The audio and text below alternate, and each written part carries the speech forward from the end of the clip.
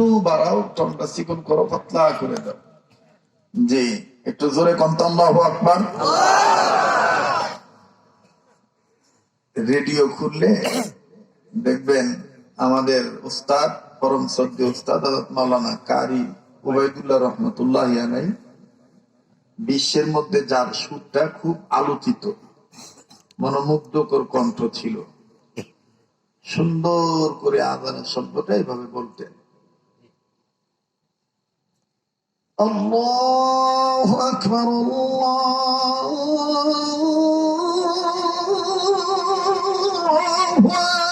আকবার।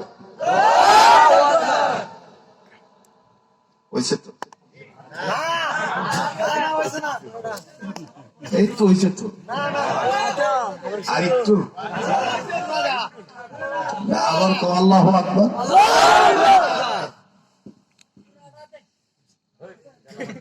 বুড়া দাদা ওকে বুড়াটাই দেয়, আজকাল জোয়ান বুড়া নেই, তার নাম তুই মজ্জা গেছে গেছে মজ্জা রয়নে আমগো কোনো কাজ্যা। আল্লাহ দিছে ইমান আমল দিয়ে সাজ্জা, সাজাই দিছে কিনা জোরে কন, আবার কোন আল্লাহু আকবার। রেডিও খুললে দেখবেন কত সুন্দর মায়ের আওয়াজ দিয়া কয়, আল্লাহু আকবার,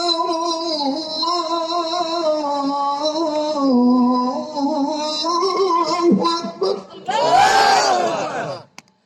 আশহাদু আন লা ইলাহা ইল্লাল্লাহ,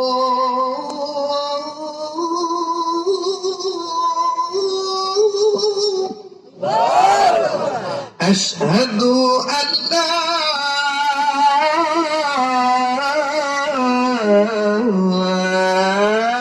ইলাহা ইল্লাল্লাহ।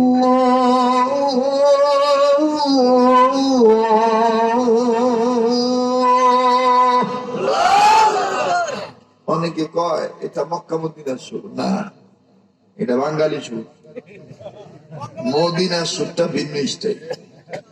মক্কা মদিনাতে আরব দেশে যখন আরবের মুয়াজ্জিনরা আযান দেয়, যারা হজ করছেন, যা সৌদি প্রবাসী জীবনে যারা ছিলেন বা যারা আছেন, তাদের কাছে জেনে দেখবেন মক্কা মদিনার মুয়াজ্জিনরা যখন বিভিন্ন মসজিদে আযান দেয়, কেবলার দিক থেকে নরম কণ্ঠে চিকন শব্দে আওয়াজটা ভাসে।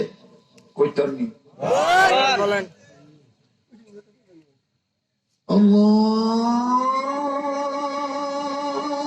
আল্লাহু আকবার, আল্লাহু আকবার,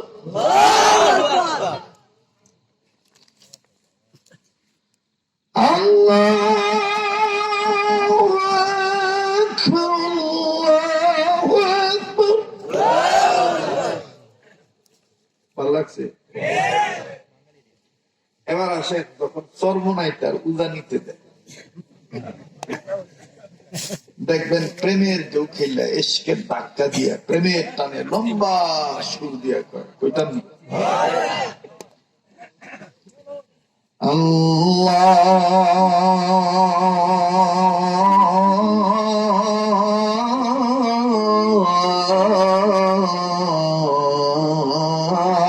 আল্লাহু আকবার, আল্লাহু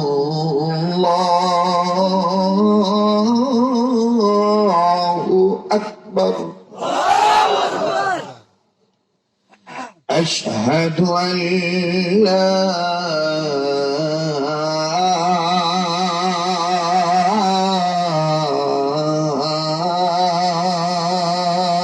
ইলাহা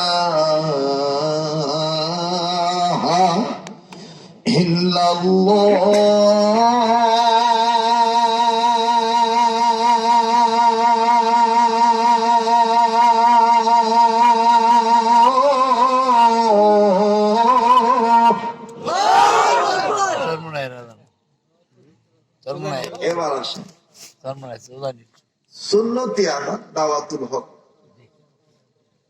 আমলি মস্কের নিয়তে শুনি, এক আলিফের জায়গায় এক আলিফ, তিন আলিফের জায়গায় তিন আলিফ। আল্লাহু আকবার, আল্লাহু আকবার। এটা হলো সুন্নতি আযান। আল্লাহু আকবার, আল্লাহু আকবার। আশহাদু আল্লা ইলাহা ইল্লাল্লাহ।